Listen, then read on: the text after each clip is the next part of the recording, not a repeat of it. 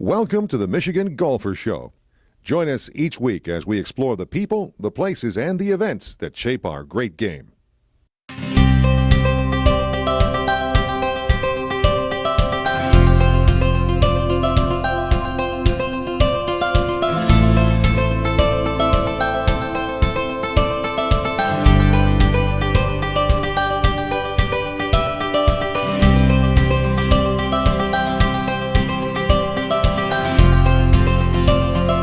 Here at Detroit Golf Club, I'm Jack Berry. It was built on a very strong foundation here at Detroit Golf Club, a little over 100 years old, with two courses, north and south, designed by the great Donald Ross. And Donald's brother, Alec, was the first professional here. And Horace Rackham recommended to Detroit Golf Club that they hire Donald Ross's brother, Alec, as the first golf professional. And so Alec was hired and was here for a very long time. And he became the first president of the Michigan section of the PGA. He won the United States Open. He was a national champion, played and won in Switzerland and won about every place. But he was here with the Detroit Golf Club, and that started a line of very good professionals here. Couldn't get any better than Horton Smith, who won the first and third Masters tournaments. Was a great player of his time through the 20s and the 30s and through the 40s. And he was hired after the war, became the professional here at Detroit Golf Club, and was followed over the years by George Bear, who was a big star, a long hitter on the PGA Tour, Walter Berkemo, local fellow, and now John Gates has been at Detroit Golf Club for 18 years. He's a past president of the Michigan PGA. He's won some of the top awards, the Strasbourg Award twice. Well, you know, we mentioned that Detroit Golf Club is over 100 years old. You know what happens when you get to be a little bit older? I have found out the parts wear out, and even the golf course parts wear out. And so Detroit Golf Club hired Bruce Hepner, a native Detroiter who was on the staff of Tom Doak's Renaissance Designers. And the tour this past year, this year was spectacular.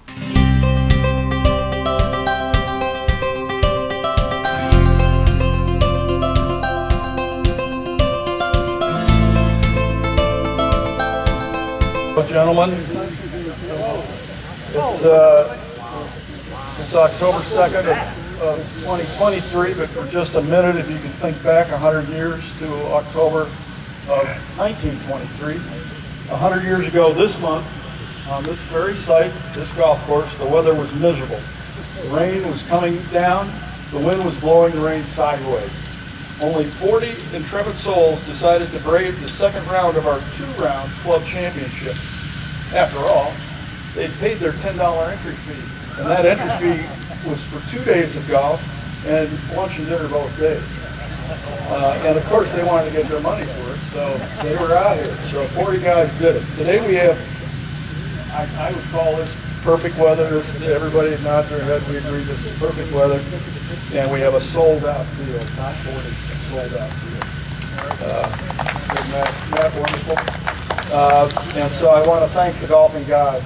I would ask you to do the same at the proper moment. In 1923, and for several years after, all participants had to announce their names, ages, and club affiliation. Today we're going to have 3 young men following suit. The reason for that was, number one, to know who everybody was, because they had this first statewide senior tournament. Number two, we had people from all over the state, literally from Grand Rapids, from northern Michigan, from Detroit area, from Kalamazoo, different clubs. And everybody wanted to be sure you were a member of a Michigan area club. So I'm going to ask each of these guys to say something about their names and ages and so on. The only thing I told them about ages we'll just make sure that it's over 50 because we wouldn't want to have to throw anybody out right here on today. It wouldn't look good. So first on the tee, John Standish. John is representing our past presidents and the past membership. John's from the Country Club of Detroit. John's family has a long history in both the governance of golf in Michigan and across the country, and very specifically with the Michigan seniors. Besides being past president, John is our most recent distinguished Michigan senior, being given that award at the Country Club of Detroit at our first event in May. John, would you take the first tee and play away, please?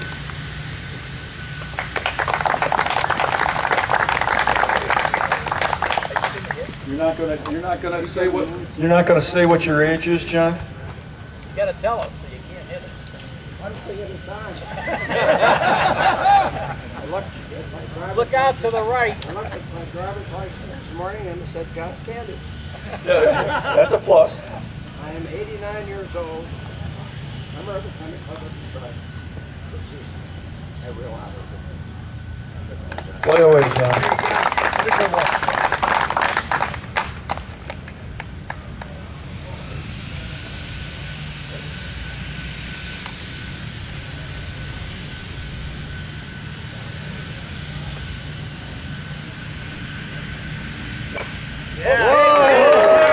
Very good, very good, beautiful.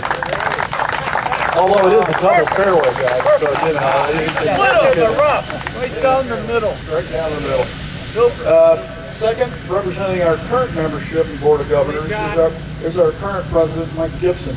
Mike's from the Detroit Golf Club here and from Bloomfield Hills. Mike has held all of our pertinent offices and served on every committee. He also, you may remember, guided us through the legal mess that was the pandemic recently. So we appreciate all of Mike's efforts. Mike, would you confirm your credentials and play around? Hey. Come on, Mike, I'll drive standard.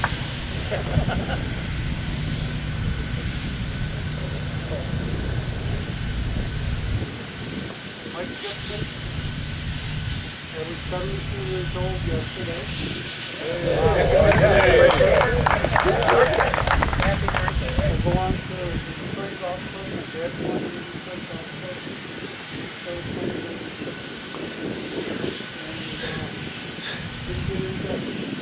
I really enjoyed it and belonged to Bloomfield Hills Golf Club. Anything else that you have to say? Yeah, right down the middle. See if you can get by John's shot. No, I shouldn't be on the same course as John.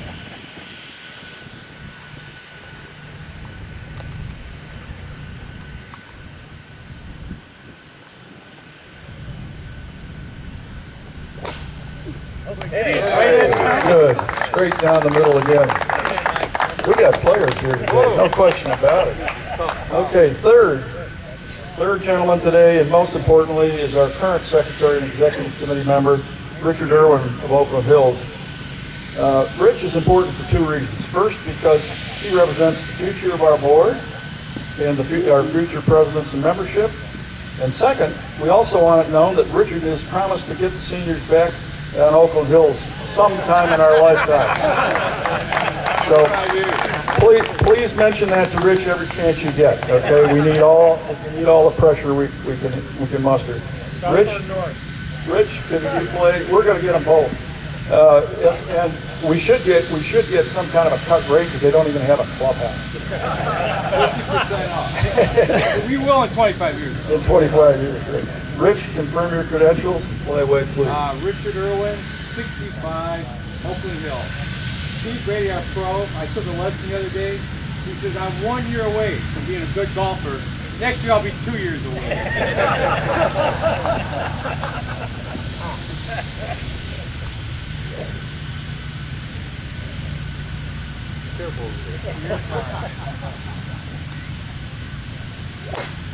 Oh, there's Wonderful. Great. If we could have a round of applause for all three of our gentlemen here today, we appreciate their efforts. Now that's it for today's ceremony. If we can now go out and look at the great weather and have a great day. Gentlemen, if we could head to our carts, we are going to begin the announcements and get you guys onto the golf course. A couple things to keep in mind for the North Course. This is all gross. There is a gross individual game and a gross one best ball. Please note it is a max double bogey, and we are playing the if you lose a ball or hit out of bounds, one stroke, take your drop where it entered in. Other than that, gentlemen, if we could follow our staff out here, we will take you guys out to the course and get you guys started. As far as the south goes, give it about 10-15 minutes and we will get you guys out there. Once in north, guys, once you guys are in place, you guys can begin. There will be no horn or anything to get you guys started. All right, guys, play well, have fun. One more thing, tees. Please take a look at your scorecards. Flight 1 will be playing the blues. Flight 2, whites on the north course. All right, have fun.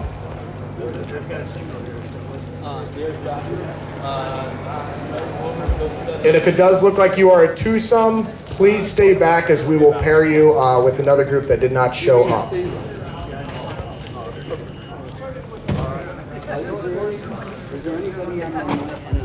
All right, everybody, we're going to start with hole 1 on the north course. Let's follow Keith. All right, Keith, go ahead. Let's get everybody out. We're going to get 1 through 9 on the north course. He has no idea where he's going. No, he doesn't. But it's okay. Yeah, you're leading it. That's how you can handle that one.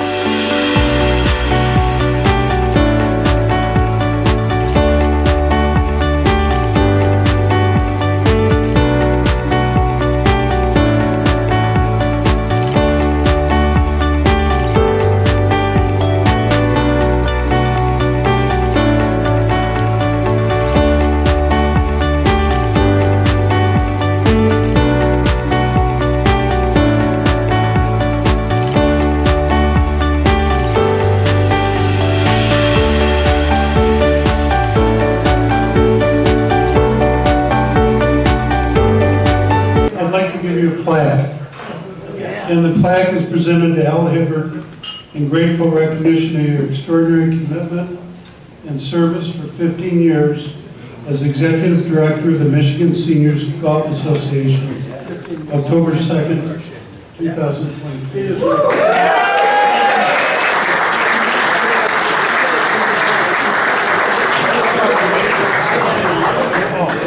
Thank you, Al.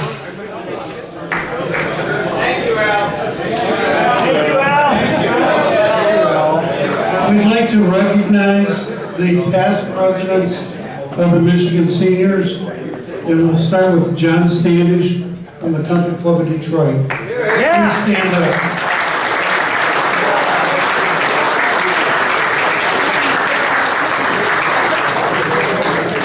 Dan Mascara, Red Run.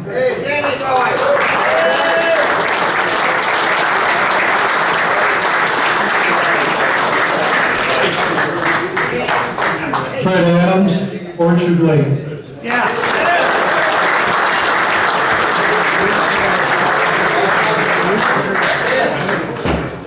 Charlie Thornburg, Oakland Hills.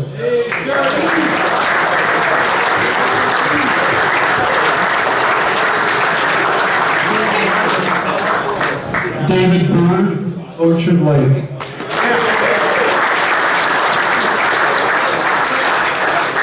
Fred Black, Garden Hills.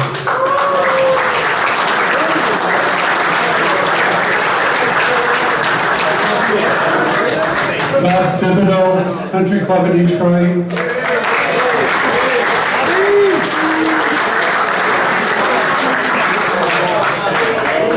Jeff Lee, Camel Shannon.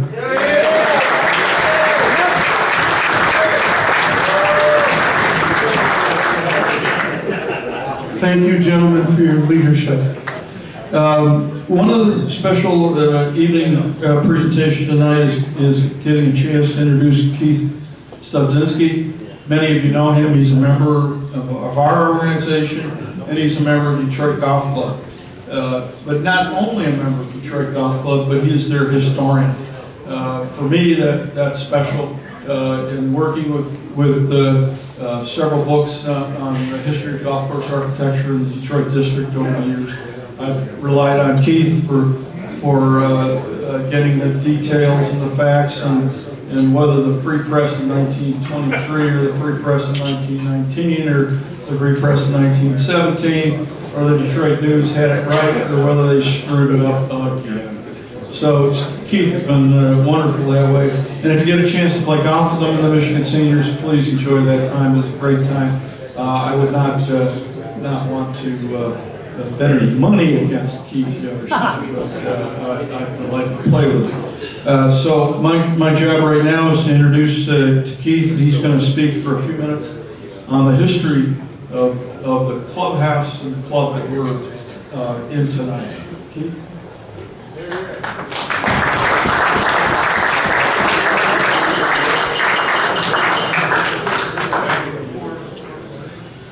Just a couple of quick stories and notes. You know, this weekend was the Ryder Cup, and I don't know if any of you know this at all, but in 1939, the Ryder Cup team, which was captained by Walter Hagen, they didn't play. So at that time, Gene Saracen was the first time he was not chosen for the team. He actually challenged Walter Hagen to have a match. It never happened in 1939. It happened in 1940 at Oakland Hills. So that was the very first of the challenge. They call them the Challenge Ryder Cup matches, the Shadow Ryder Cup. So at that time, the Cup team won. And then in 1941, they came here to Detroit. And the second year was Hagen versus Bobby Jones. And when you walk out today, you can see the pictures from that event in the hallway. So that happened here. When they put this event together, the event was put together to give money to the Red Cross. So, and then in those years, in 1941, the challengers won with Bobby Jones.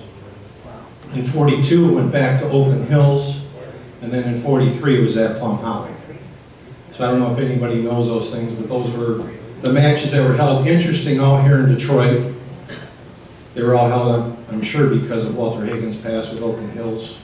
But it was just a little tidbit there. The other little tidbit, if you look outside on our patio, we actually have a putter play. And that is authentic. So Pinehurst commissioned a lady named Lucy Richards in the teens, 1912, to put together a sculpture. She did that for the Tufts family down at Pinehurst, and the story goes that if you look at the putter boy, he's designed or sculpted after the Golf Lad, which was their advertising piece back in the early 1900s. So she had supposedly had Donald Ross grip a club so she could sculpt it. But that is an actual working sundial. So she passed in 1916. They were available for sale at a place called Gorham in New York. We had a member that was part of, they called themselves the Snowbirds. In 1909, they started going to Pinehurst every year. And at that time, he was one of the, the goers that went every year. His name was Fred Wardell. He was the founder of Eureka Vacuum Company. Now, if you did play the North Course today, the house right behind the green, that beautiful home, that was his home. He was an early member. He was not one of the founding members, but he was an early member. And he donated that to the club along with paying for the caddy house and building that in 1929. He was president of the club in 1931. Just some interesting facts or odd things that happened here at the golf club. That when I joined here, I actually played in a tournament at Pinehurst where the trophy was the putter boy. And I came back and I'm looking, I'm like, that's the real thing right there. And everybody's like, no, no, no. So that's kind of got me interested in trying to find the facts. And there's not a lot that you can find, but you have to dig pretty hard and you can find it. So digging it up was interesting. But that's it, unless anybody has any questions. Just a couple of quick notes. I know Anthony wanted to talk about it. So, thank you. All right. I'm going to ask Keith to stay up here, Keith. You're not off the hook yet. As you know, or if you were at the ceremony today at the first tee, it's 100 years. We're 100 years this month. Okay, right here.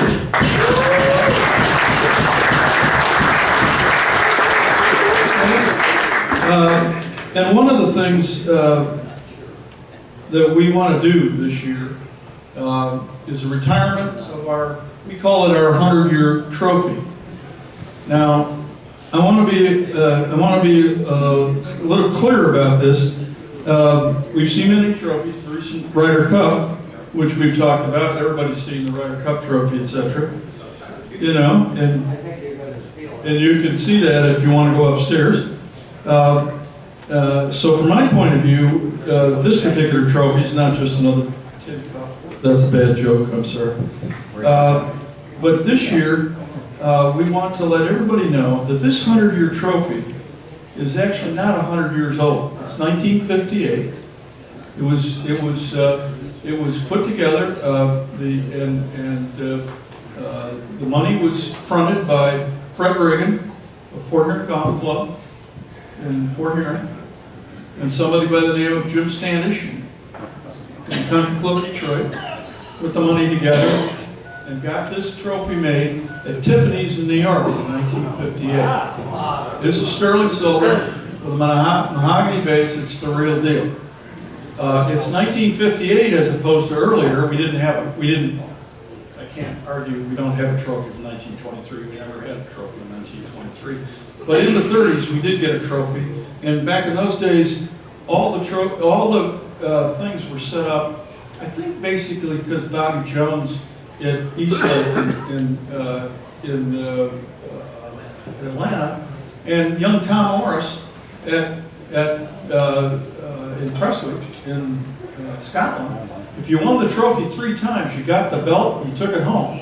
If you won the trophy 3 times here in the United States, you picked it up and walked out that night. Okay, you had it. So somewhere in somebody's backyard, somebody's garage, there are trophies all over the place. And supposedly Tiffany trophies.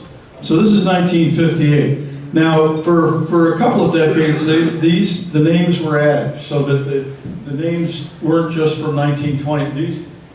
1923 starts way up here, so you can look at that.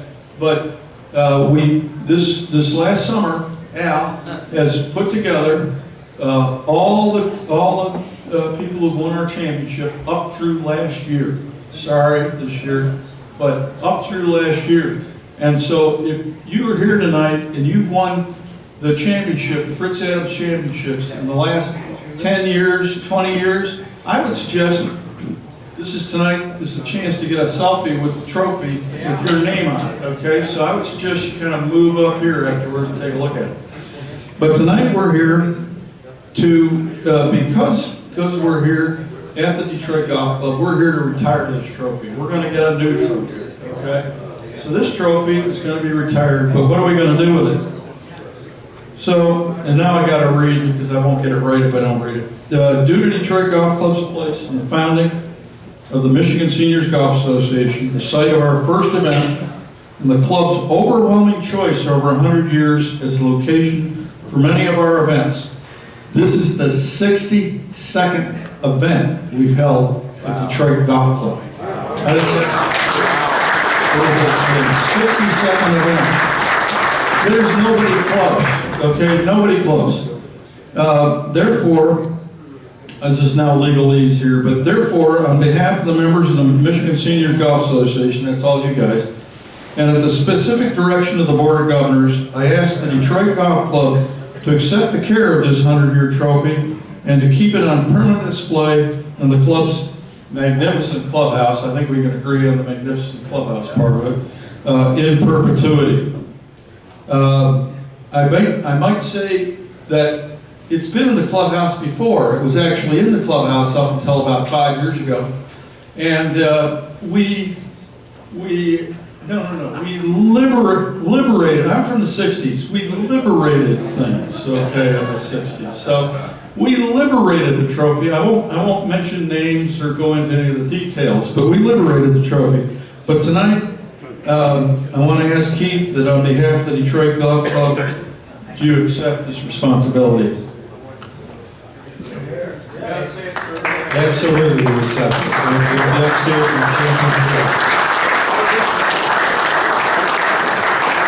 Thank you.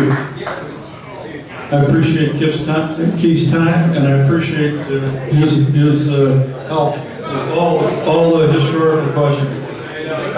Now I'm done here quickly. My last thing is to reintroduce Al Hibbert, our executive director. Al's been at this podium 1,000 times. I don't think that's true. Not 1,000, 100 times or something. Many times. But tonight, we're going to give him a few minutes to bitch and moan if he wants to, okay? If he wants to say something and tell you where to get off, tonight's the night, Al. So I'm giving Al the microphone.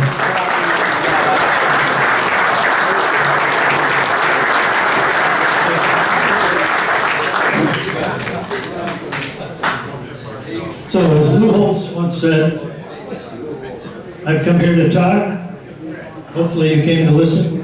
If you finish first, you let me know.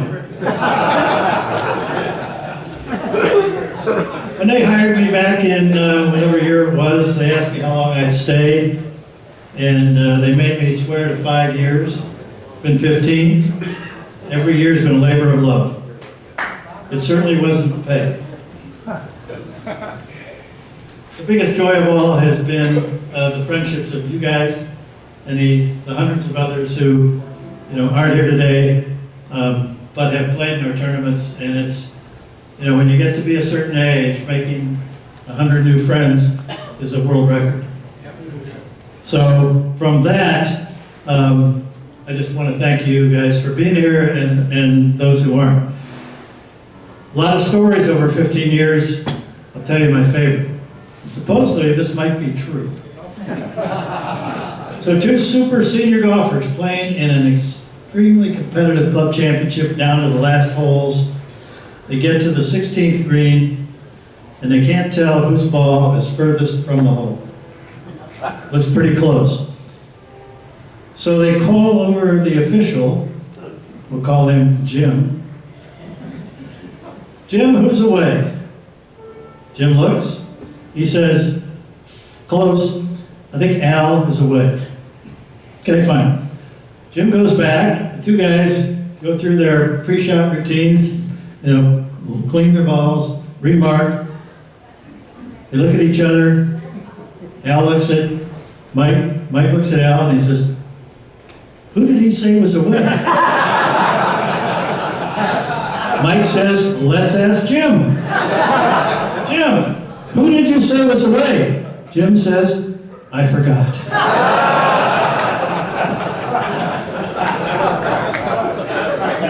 So rest assured, I'm not going to forget you guys. That's been great. And above all that, look how far we've come. John Conroy, is Johnny still here?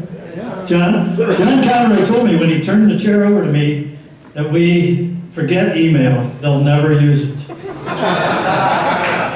John was almost right. This is an envelope I got. for a tournament in 2010.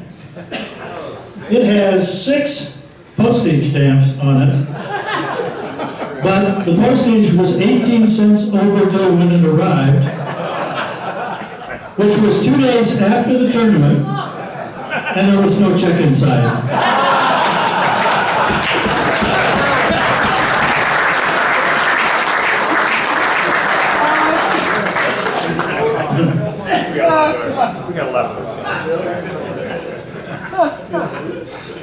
So today, as you know, you can sign up online. You can get a confirmation in 24 hours. You can pay online.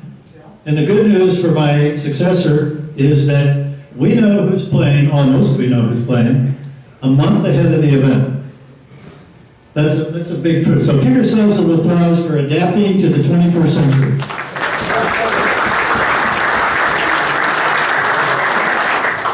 And along the way, some pretty good golf was played. I mean, you know, we joke and we have fun and we tell stories and we say, we're a bunch of old guys. But here's some highlights. We've had 5 holes in one in 15 years, and guess who had 2 of them? Dan Kelly, stand up.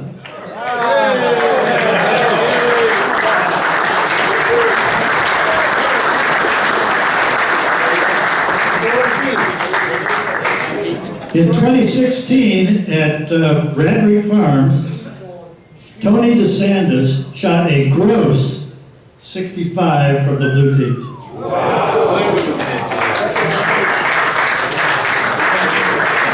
Tom, it was gross. No, not net, gross. Now here's the handicap story. Chip, you were close, but the record, as far as I can tell, for low net by 2 guys was in Meadowbrook, Keith Birch and Bill Cornell with a net 51. Check these handicaps, right? And last year at Country Club of Jackson, I sent this into Golf Digest, but they didn't respond, so it must happen a lot. Chris, you know. We had back-to-back eagles in the same foursome. Back-to-back eagles in the same foursome. Paul Joseph and Bruce Antaya. Bruce is here. Is Paul still here? Paul's there. Stand up, you guys.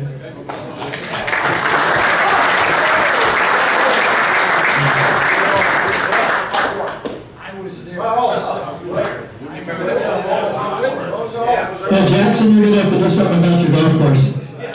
We're trying. So anyway, somebody said, what are you going to do next? I'm going to play golf. Hopefully I'll play with you guys next year. Yeah.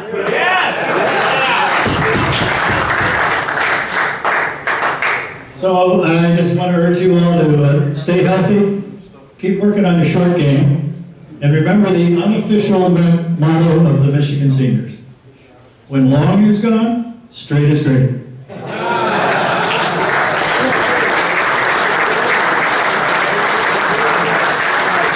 So my last official duty is to bring up my successor, Fred Adams. Fred joined the Michigan Seniors in 2000.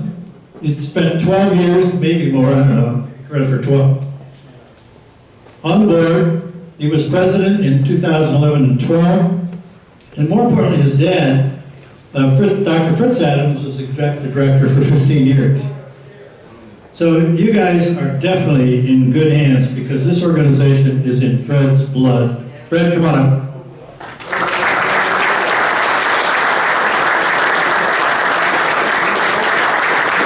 Yes. Oh, and by the way, the paid commercial, all that great wine on your tables, donated by Northern Trust Bank.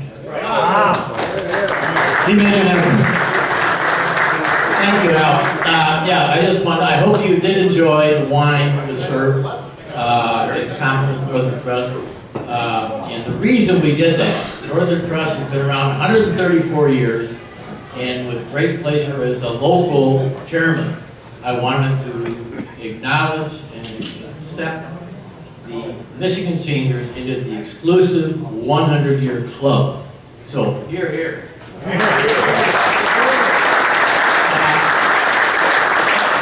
Al has done an absolutely marvelous job and has succeeded. John Conroy's over here, and tremendous shoes I've got to fill, and look forward to the opportunity.